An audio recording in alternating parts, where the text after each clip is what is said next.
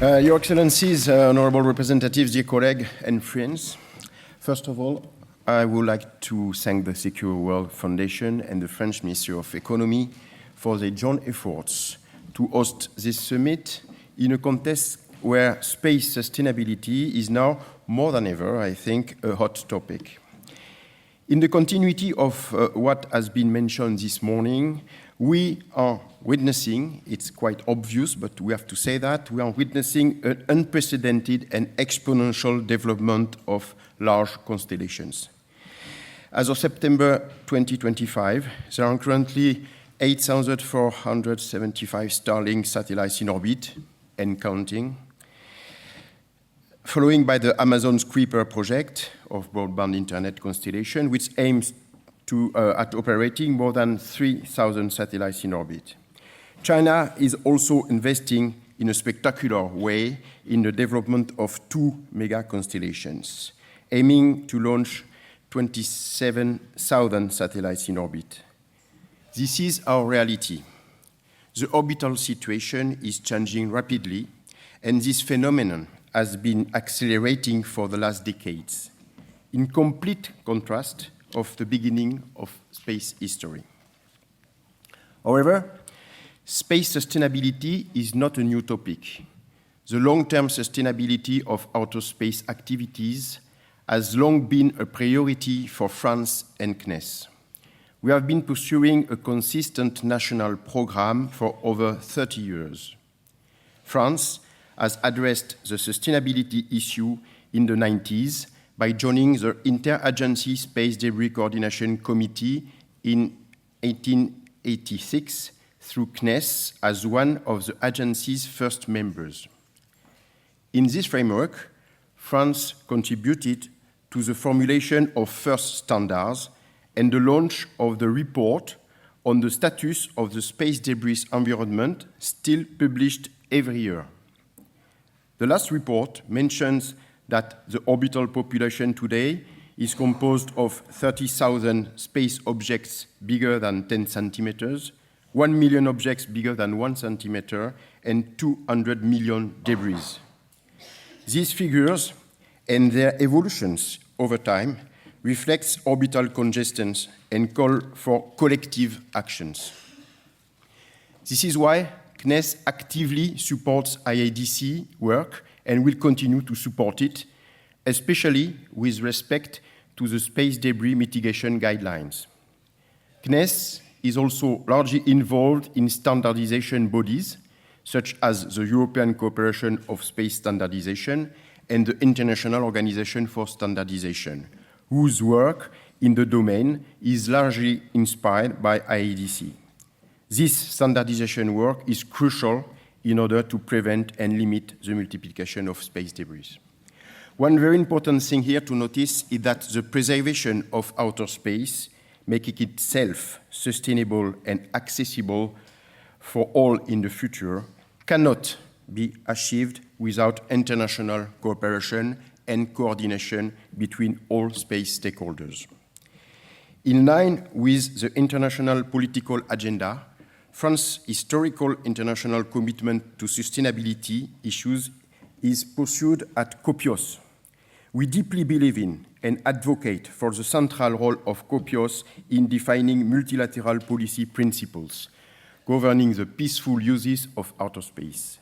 This must guide technical work, and this is essential to ensure the consistency and efficiency of multilateral actions on these issues. In this framework, France has pledged for the creation of the Working Group on the Long-Term Sustainability of Outer Space Activities in 2008. France actively participated in negotiating the 21 guidelines on the long-term sustainability of space activities adopted by the UN General Assembly in 2019. Now, France is contributing to their implementation of the guidelines, and encourages all states to adopt, implement, and update these guidelines. Each one of us must take into account the challenges we face and collectively share the endorsement of a collective responsibility.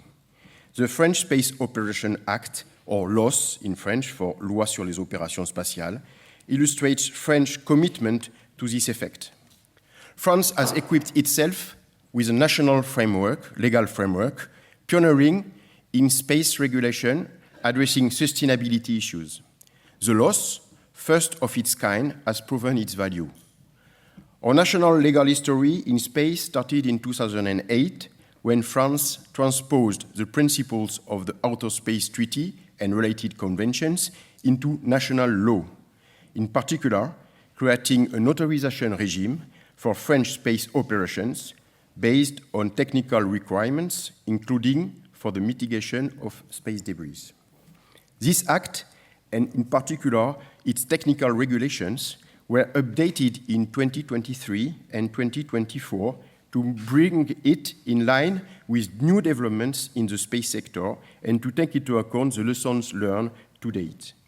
This legal update has particularly strengthened safety in orbit by requiring operators to acquire collision avoidance capacity and to share the data necessary for this purpose, and by encouraging them to use technologies enabling better identification and tracking. In addition, the limitation of duration of orbital lifetime after end-of-life operations has been reinforced. This orbital lifetime cannot exceed 3 times the operational lifespan, with a maximum limit of 25 years. But for big constellations, depending on their size, the limit is ever fixed between 5 and 2 years. The technical regulations also set out specific requirements to authorize and secure in-orbit service operations. In order to support the implementation of these technical requirements, technological solutions are also proposed by CNES. Indeed, CNES has set up a technological development program that is inseparable from the regulatory exercise, named Technologies for Space Care Initiative. It aims to develop all the means that enable our operators and developers to comply with the French Space Operation Act, as well as international recommendations. During 15 years, we have worked on 172 launch authorizations and 215 authorizations for in-orbit satellite control. And after these 15 years of implementation, we can attest that this act, not alone, but with a technical solution, proposals, and help, is a balanced and pragmatic tool for ensuring the safety of space operations and helping to make space sustainable, while also, and it's important, safeguarding innovation and the development of private activities. However, as I said, no way on this domain without international commitment and international cooperation. To contribute to the global regulatory effort on space sustainability issues, the European Union is currently negotiating the European Union Space Act under the ordinary legislative procedure at EU level. Based on its national expertise and experience, France is actively involved in shaping it. This legislative initiative of the European Commission should represent an opportunity to promote safe, sustainable, and resilient space activities across the Union. The European Space Act is an extension of the European approach to space traffic coordination, which has become more crucial than ever. In fact, the global regulatory effort is insufficient without space traffic coordination. The increase of orbital traffic is particularly rapid in low Earth orbit. 3 years ago, only 3 years ago, 95% of risky conjunction in low Earth orbit involved space debris. Nowadays, nearly 60% of risky conjunction in low Earth orbit involve 2 active satellites, and more than 50% of risky conjunction involve a large constellation. This represents a real paradigm shift. In this context, collision avoidance and space traffic coordination issues are fundamental to ensuring the long-term viability of space activities. Collision avoidance requires means of detecting risky approaches in space. This requires advanced capabilities for monitoring and tracking space objects, cataloging these objects, and analyzing this catalog. These capabilities are developed by ECSS systems, of which there are currently 2 globally recognized examples, EUSST in Europe and TRAX in the United States. In Europe, these capabilities are developed by 15 EU member states and European industry within the framework of the European Union Space Surveillance Partnership. The partnership member states are investing heavily at national level in space surveillance capabilities to detect and track space objects in all orbital regimes, LEO, MEO, and GEO. In this frame, CNES provides a high-performance conjunction analysis service for EUSST called Quasar. This is a public service in partnership with Spain, open to operators worldwide since 1st January 2023. Operational since 2016, EUSST provides collision avoidance services, track high-risk atmospheric reentries, and analyzes space object fragmentation using civil, military, and commercial data from a vast network of sensors, telescopes, radars, lasers, and RF antennas. The partnership relies on sovereign capabilities as well as commercial capabilities.